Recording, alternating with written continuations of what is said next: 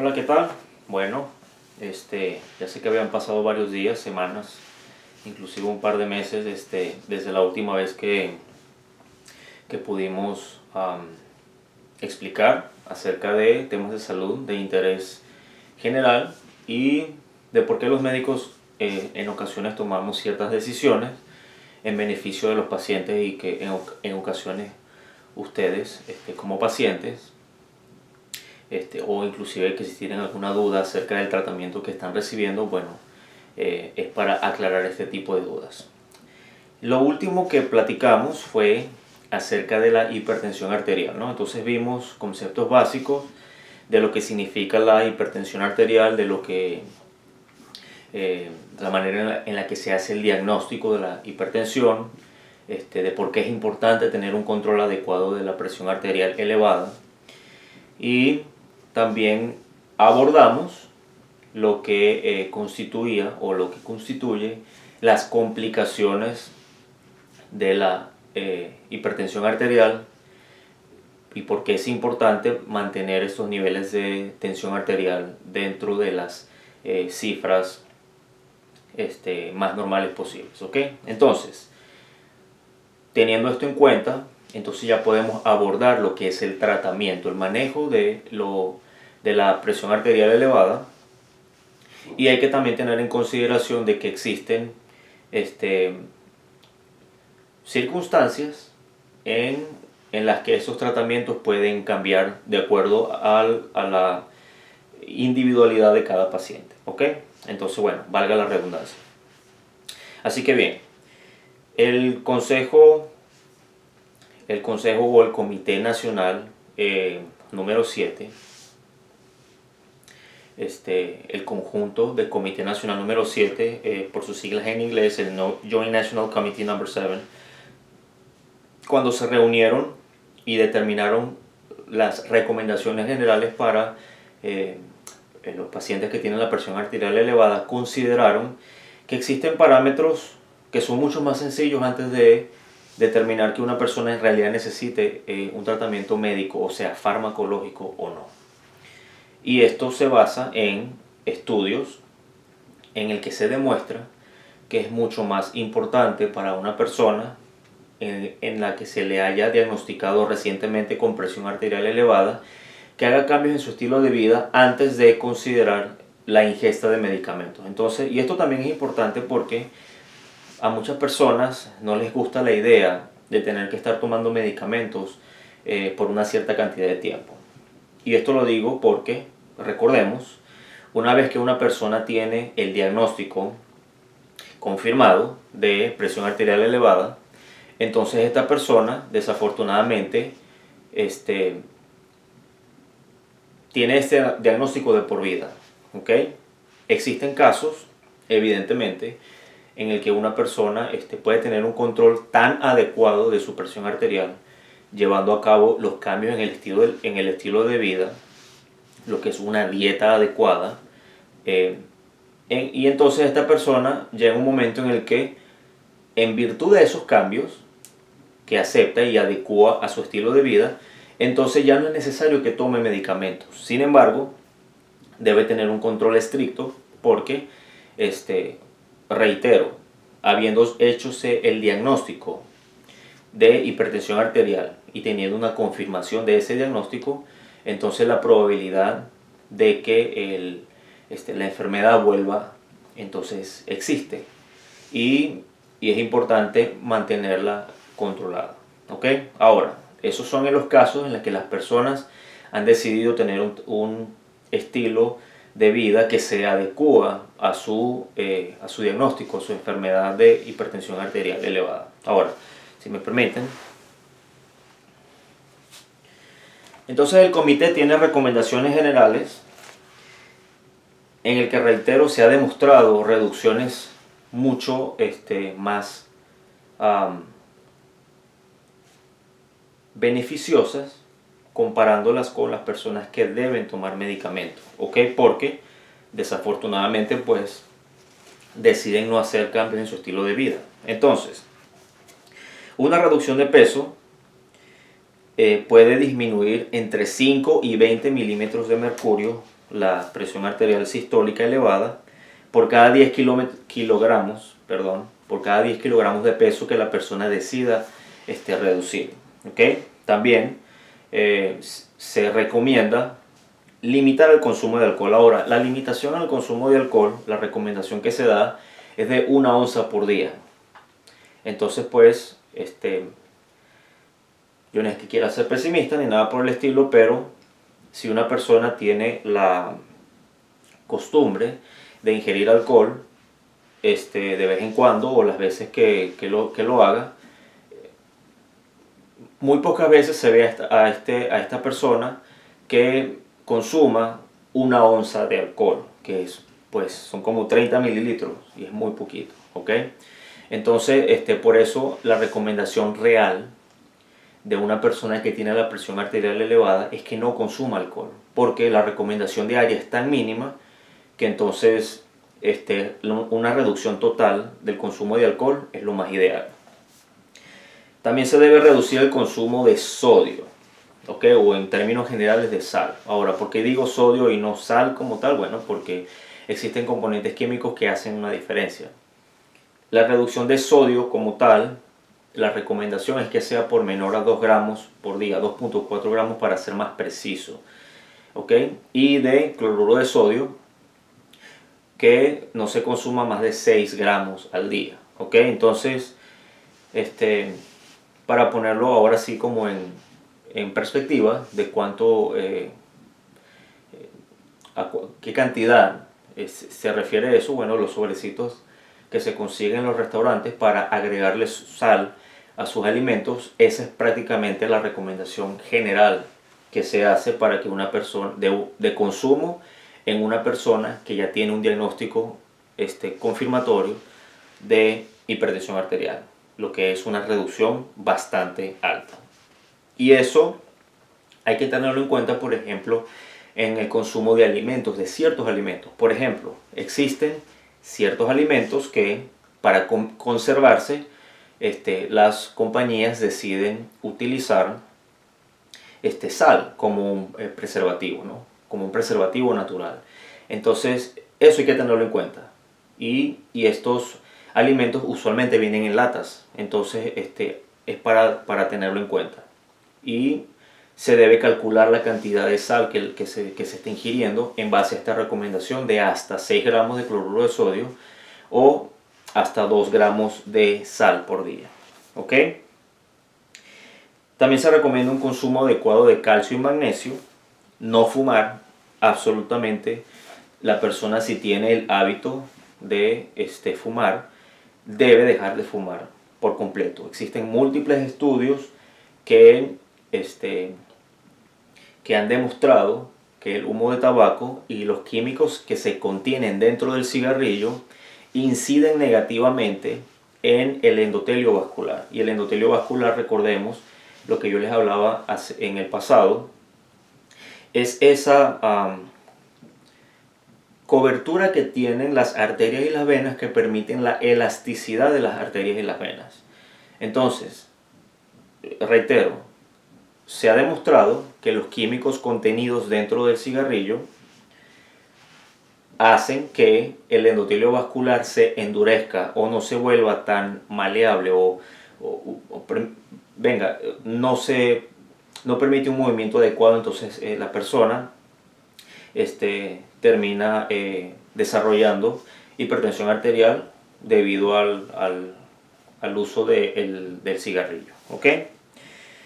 Y la última recomendación, aunque también podría ser la primera y la principal, es el ejercicio aeróbico efectivo. Lo he explicado en múltiples ocasiones de lo que significa hacer ejercicio aeróbico de manera efectiva, y es mantener una frecuencia cardíaca idealmente en un 70% de la frecuencia máxima cardíaca y sostener esta frecuencia cardíaca por al menos 30 minutos. Esa es la definición ideal de lo que es el ejercicio aeróbico efectivo. Una persona que hace ejercicio aeróbico de manera efectiva o ejercicio aeróbico en términos generales por 30 minutos, 4 a 5 días por semana, entonces verá una reducción drástica en su riesgo cardiovascular, es decir, la posibilidad que la persona pueda llegar a desarrollar complicaciones como un infarto al corazón o un derrame al cerebro, por ejemplo, o que la persona pues ya no cuente con su vida. Entonces este tipo de cosas, es decir, el ejercicio reduce drásticamente, de una manera muy positiva, la posibilidad de este tipo de complicaciones. Entonces, como ven, todavía ni siquiera he mencionado ningún tipo de medicamento, y reitero, porque estas son las recomendaciones a las que se les hace mayor hincapié en el manejo de la presión arterial elevada. Por eso es que es tan importante, ¿ok? Bien, ahora, esto es con respecto al el Comité Nacional Americano en su 7ª reunión. Ahora, con respecto a la Asociación Europea, también se recomienda reducción en la circunferencia de la cintura, ¿ok? Entonces, si usted es hombre y usted tiene dudas de cuánto es su circunferencia en la cintura, entonces si usted se mide la circunferencia en la cintura y su medida da mayor a 94 centímetros, entonces usted tiene un riesgo elevado de padecer enfermedades cardiovasculares. Y si usted es mujer, entonces la reducción o la medida es de 80 centímetros.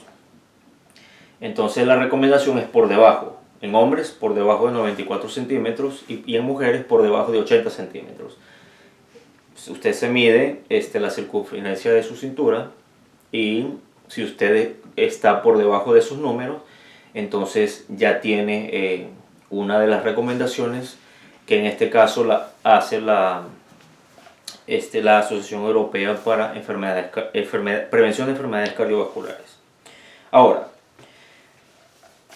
tanto el Comité Nacional Americano en su 7ª reunión como la Asociación Europea hacen recomendaciones farmacológicas de primera línea, y también hacen recomendaciones siempre y cuando la persona ha tenido ciertas complicaciones o ciertos diagnósticos que hacen que un adecuado control de la presión arterial entonces sea tan importante, ¿vale? Entonces los medicamentos que se recomiendan de primera línea son principalmente los diuréticos tiacídicos, como la hidroclorotiazida, por ejemplo, los inhibidores de la enzima convertidora de angiotensina, los bloqueadores del receptor de angiotensina, o sea los ARAs, los inhibidores de la enzima convertidora de angiotensina también se le conocen como IECAS, y los bloqueadores de los canales de calcio, o sea los calcio antagonistas, ¿ok? Vale. Entonces, estos son recomendaciones de medicamentos siempre y cuando las medidas no farmacológicas, es decir, el ejercicio, la reducción en el consumo de sal, dejar de fumar, bajar de peso. Si esto no funciona, entonces se comienza a hablar acerca de medicamentos, ¿ok? Pero lo principal es cambios en el estilo de vida, ¿vale? Ok. Ahora, si la persona ha tenido ya complicaciones, por el motivo que sea, entonces ya existen recomendaciones de medicamentos de acuerdo a la complicación que se ha tenido, porque estas recomendaciones se basan en estudios que han demostrado que si la persona consume ciertos medicamentos comparados con otros, entonces su probabilidad de mejorar su estilo de vida y tener una mejor vida, entonces aumenta considerablemente. Entonces, si la persona ha tenido un diagnóstico de falla cardíaca, entonces lo recomendable es diuréticos, beta bloqueadores, inhibidores de la enzima convertidora de angiotensina, o sea los IECAS, bloqueadores de la angiotensina, del receptor de angiotensina, o sea los ARAS. Y existe un medicamento nuevo, o unos medicamentos nuevos que se le conocen como los inhibidores del receptor de angiotensina, conocido como nepilicina, ¿ok? Entonces, y también los antagonistas de la aldosterona. La neprilicina es una sustancia que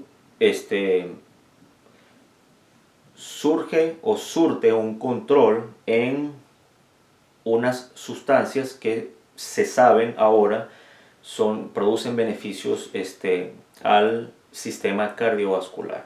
Es decir, principalmente permitirían una vasodilatación controlada, ¿vale? Entonces, debido a los mecanismos que hacen que exista un control adecuado de la presión arterial, entonces esta vasodilatación o la vasoconstricción debe ser controlada. Una de las sustancias que permiten este control es la neprilicina.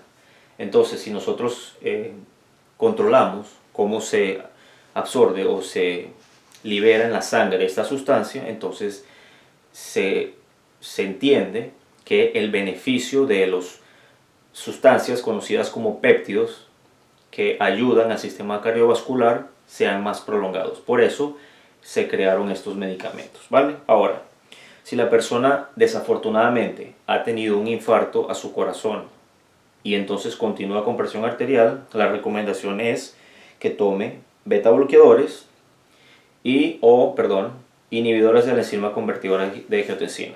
Y en el caso de que la persona tenga también diabetes, que curiosamente una de las complicaciones que da la diabetes o una persona que ha sido diagnosticada con diabetes tipo 2 o con síndrome metabólico es que puede llegar a desarrollar de manera casi automática hipertensión arterial, por cómo la diabetes incide negativamente en el endotelio vascular y entonces, reitero, viene afectando al paciente para que también pueda llegar a desarrollar hipertensión arterial. Entonces, si la persona tiene diabetes y también ha sido diagnosticado con hipertensión arterial, entonces se recomienda que se agregue en su gama de medicamentos un inhibidor de la convertidora de angiotensina o un antagonista del receptor de angiotensina, ¿ok?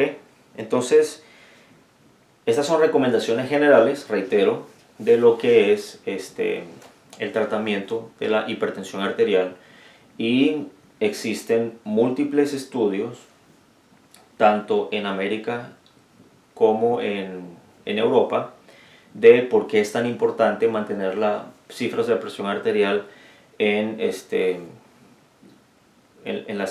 las cifras meta, ¿no? Y la cifra más aceptada para pacientes que tienen diagnóstico de hipertensión arterial es que deba tener su cifra por debajo de 130/80, ¿ok?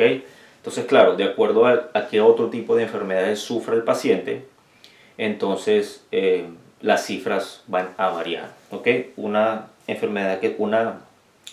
complicación que se me olvidó, o una enfermedad que se me olvidó, es la enfermedad renal crónica. Y al igual que la diabetes, un paciente con enfermedad renal crónica y que además tenga hipertensión arterial, va casi de la mano, entonces la recomendación es la ingesta de un inhibidor de la convertidora de angiotensina o un antagonista del receptor de angiotensina, ¿ok? Entonces, bueno, una vez más, pueden surgir dudas acerca de qué medicamentos estoy tomando, por qué estoy tomando este medicamento, ¿existe algún otro medicamento? ¿Existen mejoras en el tratamiento? Entonces la respuesta es que sí.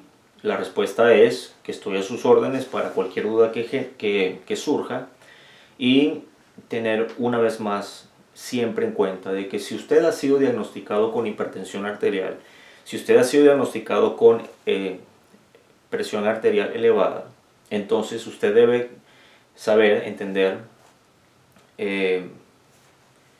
grabar dentro de su memoria y su sistema de que es muy importante hacer ejercicio. Es muy, muy, muy importante. Este tipo de cosas no las hacemos o no las recomendamos por fastidio, no las recomendamos por...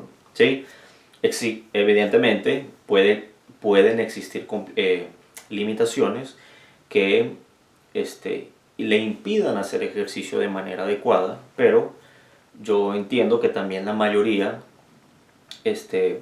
puede llegar a realizar actividad física de manera constante como para tener un cambio benéfico en su estilo de vida. ¿Ok? Entonces recordemos que es muy importante adecuar dentro de su estilo de vida el ejercicio, una reducción adecuada de peso, una reducción adecuada del consumo de sal y evidentemente lo que decimos continuamente, y es por la cantidad de fibra que una persona puede consumir, que es muy benéfico para su cuerpo y su estilo de vida, el consumo de vegetales y de frutas. ¿Ok? Entonces quedo a sus órdenes si tienen alguna duda, y con el favor de Dios nos vemos la próxima semana con otro tema. Que tengan todos un buen día. Muchas gracias.